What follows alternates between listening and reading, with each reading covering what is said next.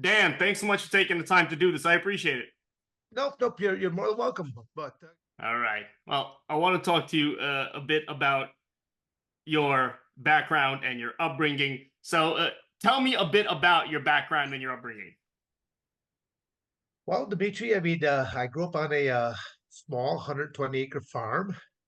My father was not a farmer by trade. He basically uh,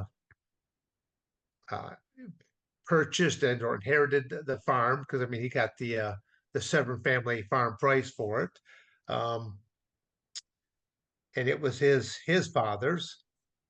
My father was the baby of 12 living children. So again, I had to settle like that because people in America have it too easy, and they don't understand what struggle really means. I have been fortunate enough that throughout my amateur wrestling career, I will give a great deal of credence to what has molded me into the person I am to my amateur wrestling career, not inside the United States amateur wrestling career, because that's safe. It's it's a domestic. It's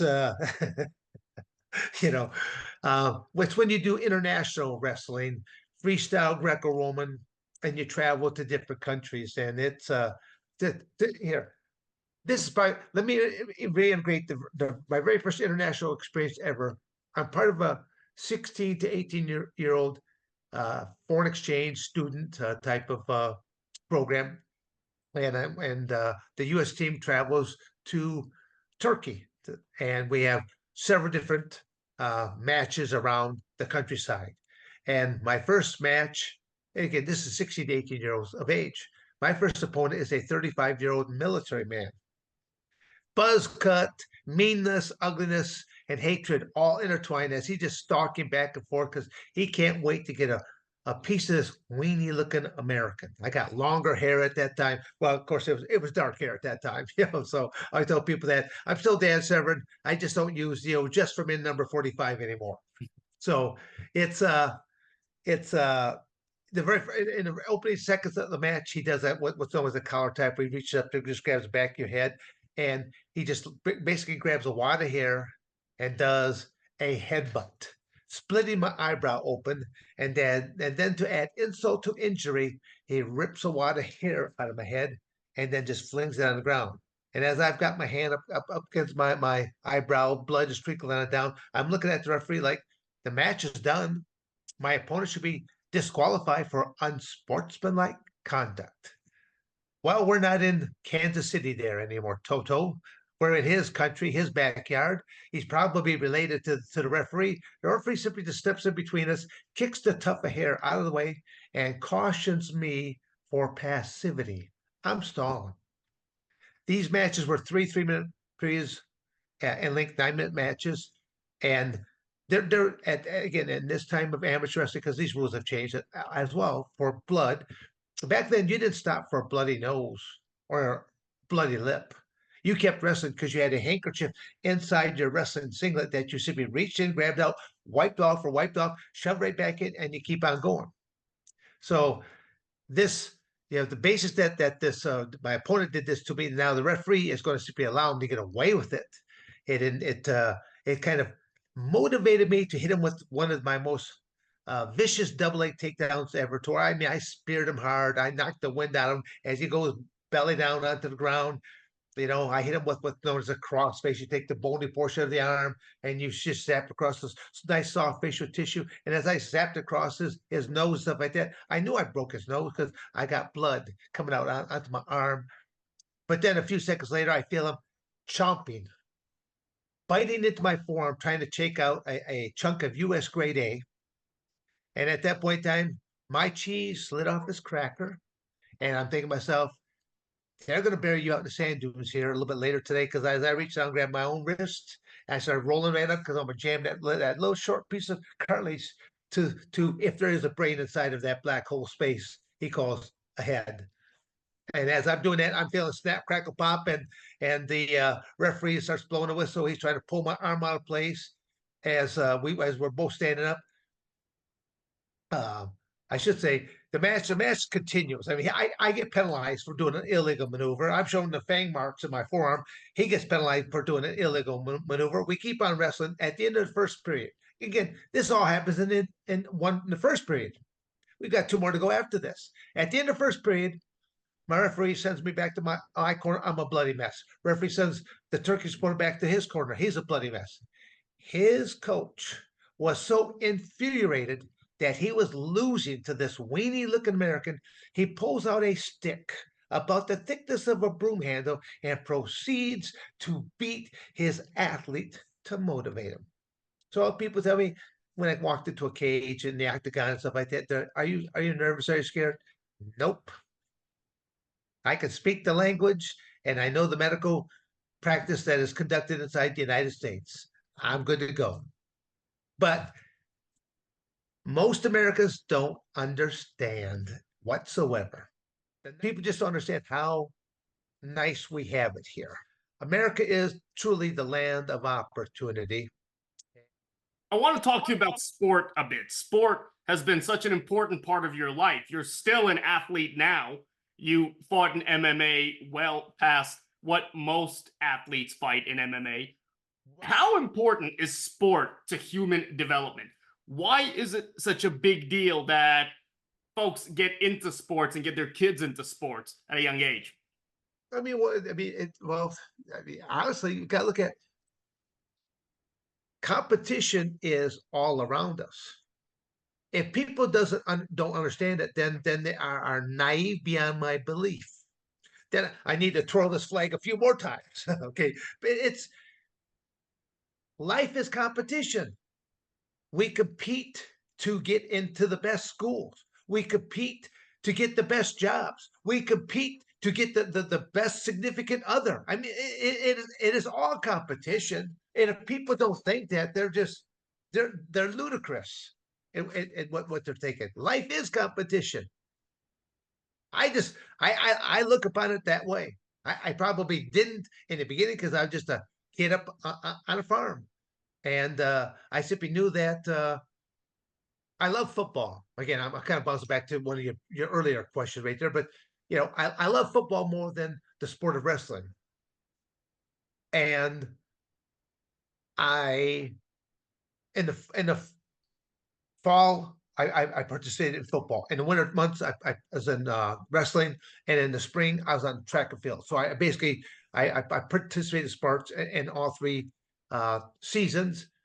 But I had to deal with the track coach. The track coach simply knew that if there was a Saturday track meet and there was a Saturday wrestling meet, he was not going to see me at the track meet, and that made him mad because I would always score points for the team whether I was running the high hurdles. Believe it or not, Dan Severn actually ran the high and low hurdles on top of doing the shot put, the discus, things of that nature.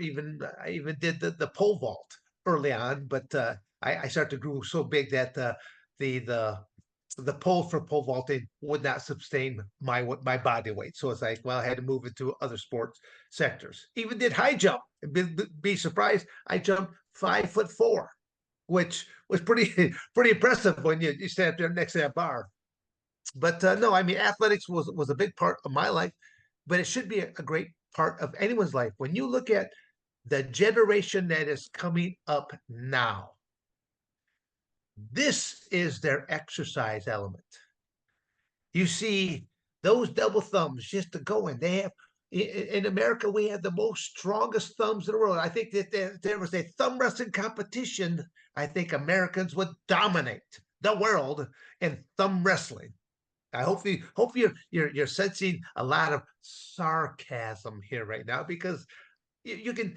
It's easier to get your point across when you slather on a little bit of yucko, chuckle me yuck yucks along the way. But it is. We have a very soft society. You're talking to me right now in Coldwater, Michigan. This property I have right here is just over 3 acres. It's not big, but I have one big front yard it's my baseball diamond, it's my football field, it's my soccer field. All I do is simply get out the little goalposts for the soccer, and I got all the equipment there to put out there for the baseball diamond and stuff like that, so that we actually go out there. We do things athletically. I had 5 children, and now my 5 children, they're grown and they're having their own families. Now I have 5 grandchildren, and they're still not all that big. I think the oldest one might be in I keep thinking right now. It might be second grade or third grade right now. But they're at that age right now that my oldest son's like, well, Dad, how old should they before they start amateur wrestling? I go at least 5. I go let them just be a kid for right now. I go, but be physically active with your kid. Don't allow this to be your babysitter. Actually engage your children into physical play. I go, what you don't understand there, son, I said, I did active physical play with you guys. And I go, at the same token, I'm still getting a workout in with it. I said, because I use you guys all as my barbells, as my dumbbells. It might be a piggyback ride. It might be a horsey ride on my back, but it might be just grabbing you by the ankles and then putting your feet up to the ceiling and stuff like that. These reps up like upright rowing and stuff like that. You try to snag, get away from some roughhouse with you, grab you by the ankle, lift your foot up with one arm and put your foot up to the thing. So it's like, I never dropped any of you. So I go, you're still here. I never dropped any of you. And again, but all they knew is they were having the time of their life because I interacted with them doing physical play. And that's where even now my kids, that they look at me and they're already seeing what I'm doing with my grandchildren, because my one came over to my training facility and he goes, let's play. I go, let's wrestle. And I took him into the ring, and he was having the time of life, and he got the upper hand on me, and then it's like, and then as I start to turn tables, getting the upper hand on him, he's yelling to his parents, stuff like that. I'm grabbing, and again, I repeat the generation. I grabbed him by the ankle and lift him right up in the air, and I looked at him and go, where are you gonna go? Grandpa's got you now. Yeah. So again, and that's what I said. I said, look at this, son. I go, this is what I used to do to you. I can't do that to you anymore now because you're a grown ass man. Tell me about the difference between wrestling and MMA, pro wrestling you did for some time. Tell me about the transitions between those three and what are the primary distinctions there? Well, I mean, it's amateur wrestling is what we do in our junior high, high school, and on the collegiate level. Um, Professional wrestling, it's well, they call it a sports entertainment product. It's not a sport. I mean, it's a physical, well, it's a very, I don't, a lot of people, they'll say it's fake. Well, no, there might be a predetermined outcome. But professional wrestlers are some of the most incredible athletes doing some of the most incredible athletic maneuvers without the aid of a safety net. And injuries, there's a lot of injuries. Some injuries are faked, but then there's a lot of injuries that are real. And you're quick to learn about the ones that are real. And there's sometimes even a sad event where people will witness death. Like the time that Owen Hart, basically he's dressed as the Blue Meanie, and he's coming out there and he's hooked to this cable apparatus that would simply bring him down into the ring, and something happened on one particular night where his either his cape or something released the mechanism early, and he fell, breaking his neck upon impact, and died in the ring. And yet there were people in the arena that laughed, waiting for him to jump up and go, ta-da! Because professional people have been jaded by the product. When you see professional wrestlers that do, 5 to 10 different flippity flip, flips, and there's no storytelling. That's one of I'll say one of my critiques about a lot of younger professional wrestlers. The sign says professional wrestling. I have lived the life that I talk about. When you look about just longevity alone, I started my amateur wrestling career, 7th grade? That would have been probably right around that 1969, 1970 time frame. So I've been wrestling since the 60s, 70s, 80s, 90s, 2000, 2010, 2020 plus. Who says I'm done I've never said. I always tell people that, yeah, I've retired from MMA now, but that's the only thing that I've publicly announced. I haven't announced. I'll do it eventually on my time because I still look at, am I done with amateur wrestling? They have masters divisions. Do you think I'm going to find another 65-year-old to 70-year-old man that's going to push me around in the ring or on the mat? I don't think so. I want to talk about the way you came over to MMA. Back then, uh-huh. obviously, it wasn't what it is now. Why did you make that transition? Was it kind of the next natural step? Because in this country, amateur wrestling really has no outlet in which you can make a whole lot of money, or at least it didn't back then. Why that transition?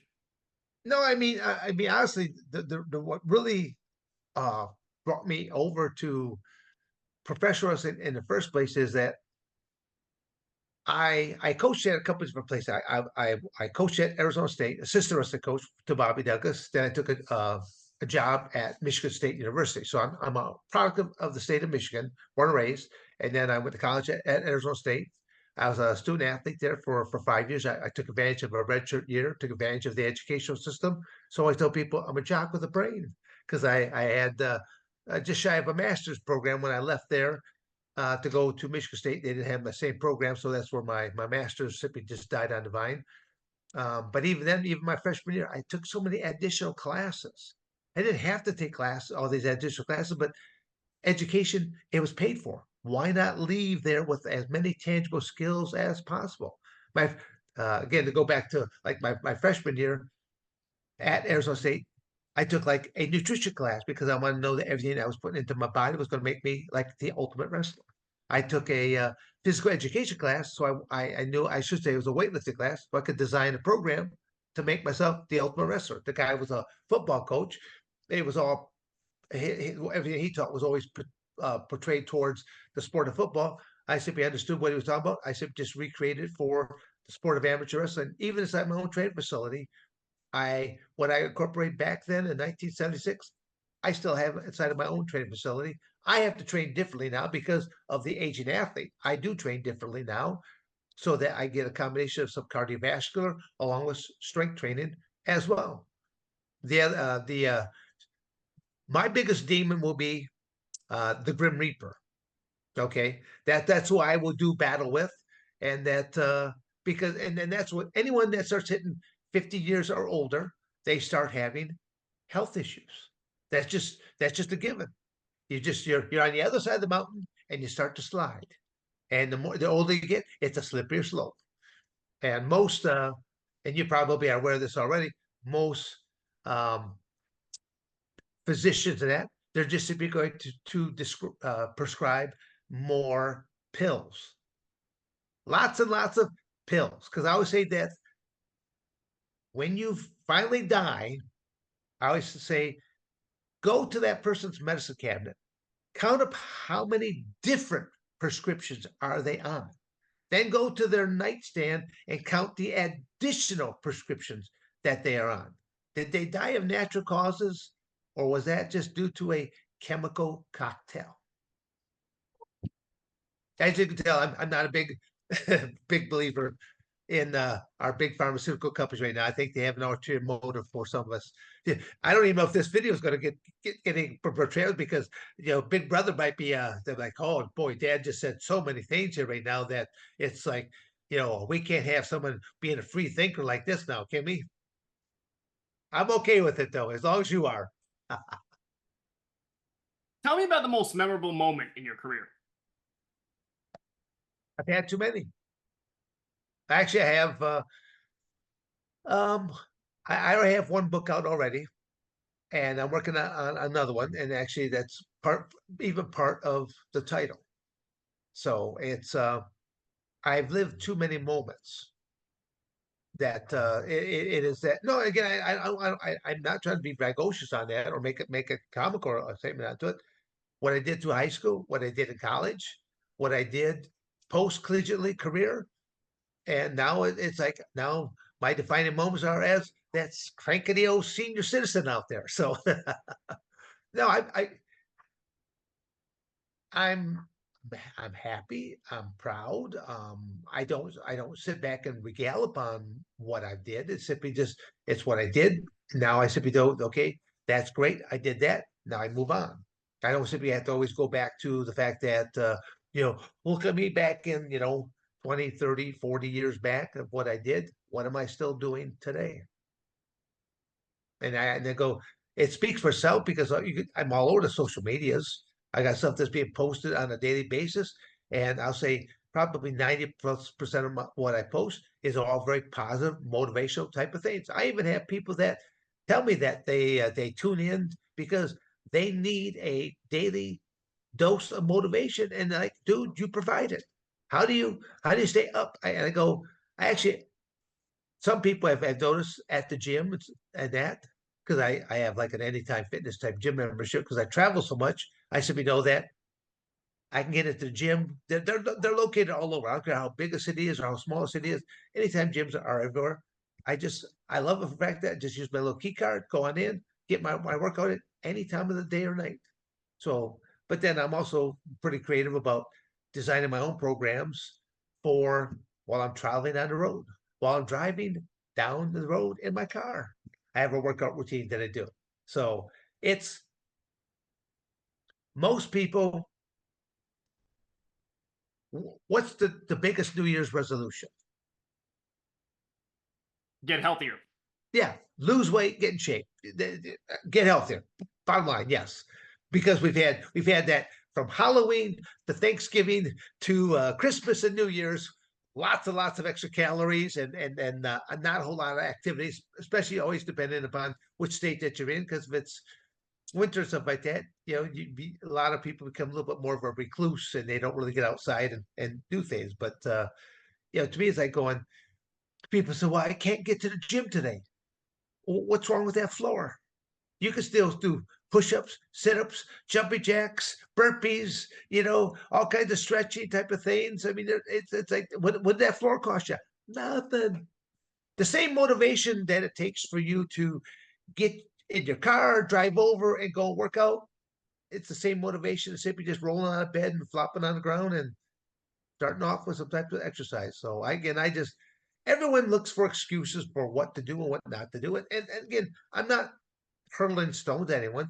I've had my days, my moments where I was like going, do I really want to get out of bed today? No, I don't. I'm tired. I'm dragging butt. But you gotta do things. What's your reaction to the development of MMA over the years, past 20, 30 years?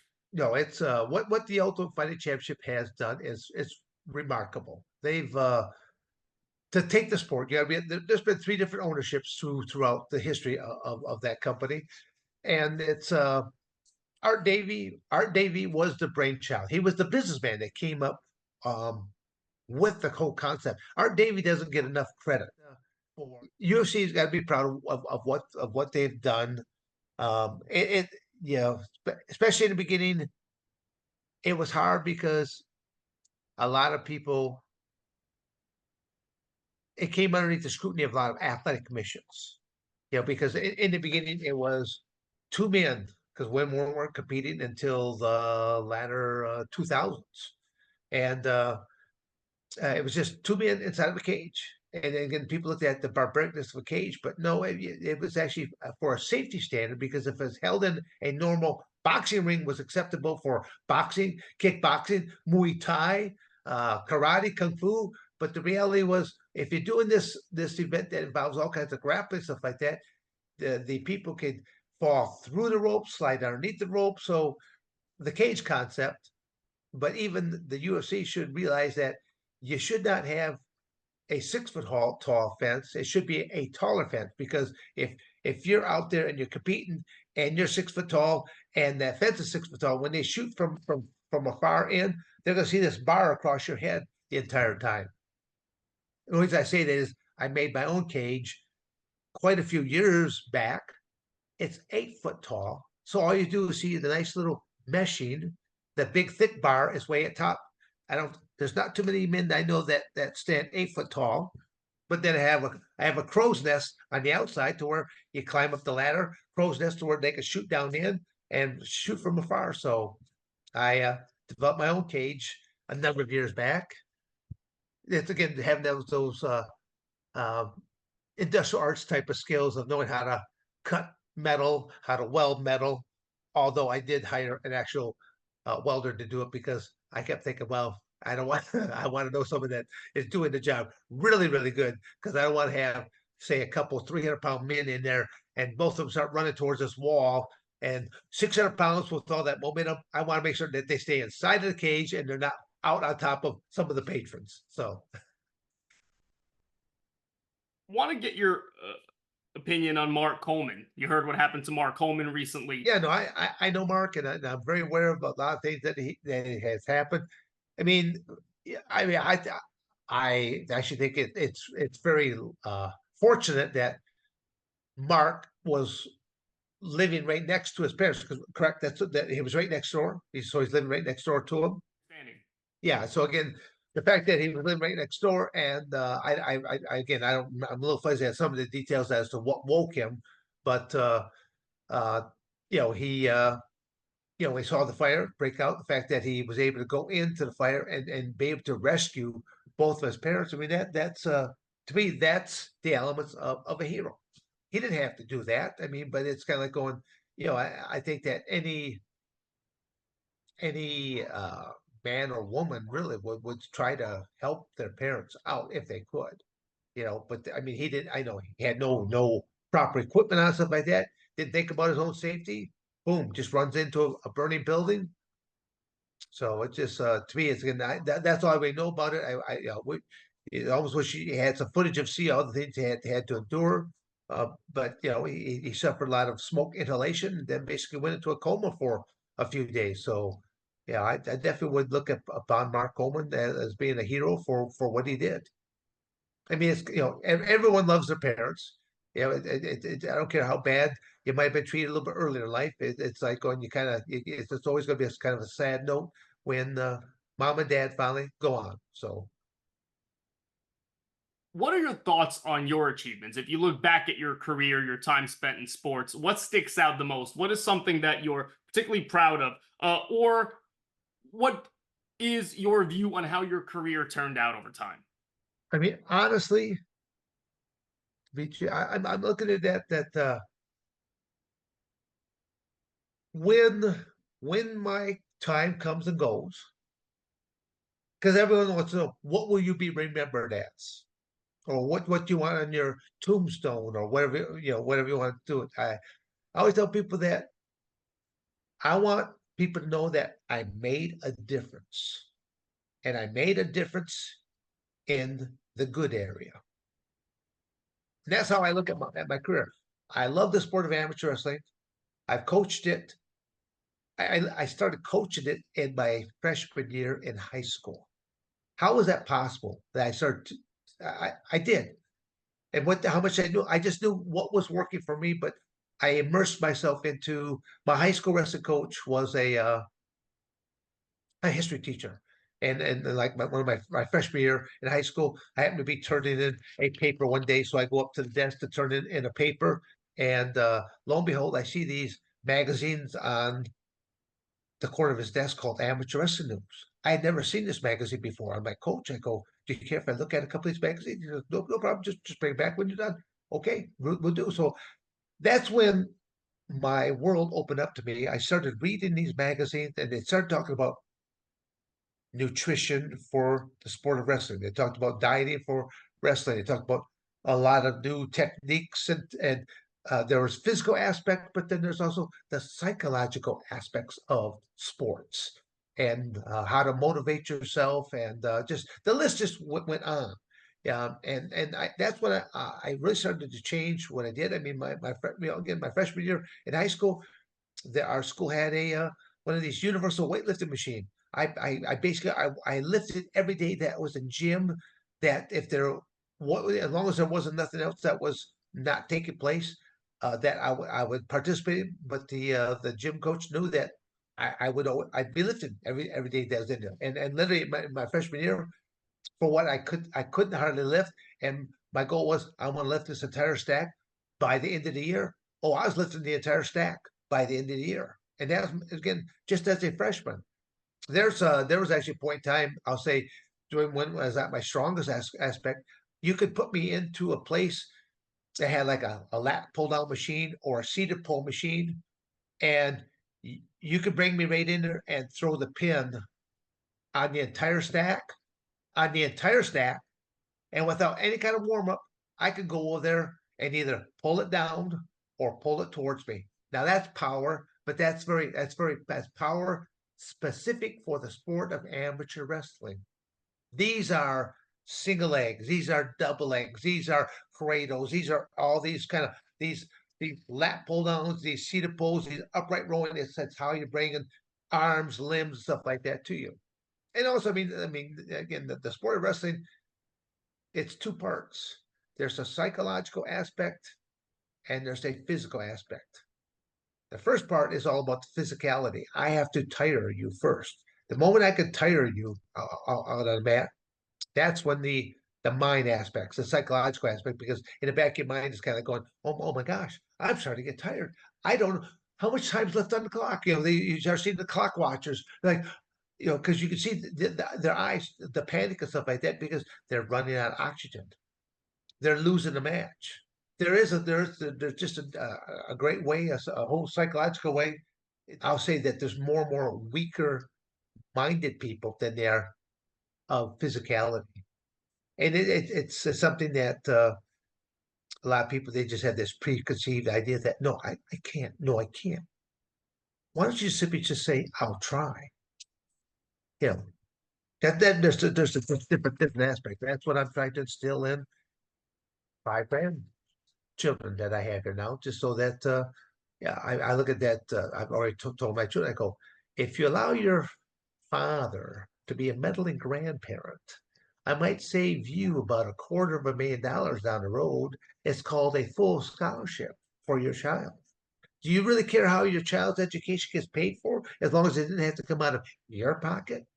And like they think we're like a pops, they're all yours. Boom. So yeah, I mean, but again, I will only be around so much because I still travel almost every weekend somewhere.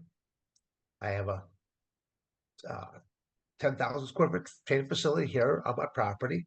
And I'll just say thanks to the COVID caper, it was shut down for a couple of years. And then I did such a good job of simply, instead of me having to wait for our government to decide as to what is best for me and the other things, I just went on the road and I went to states that were open for business. Well, Dan, I appreciate your time. Thank you so much for doing this.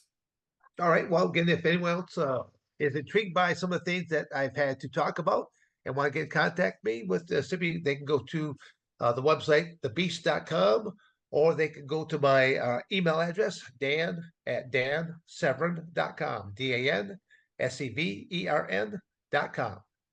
Thanks, Dan. You're welcome.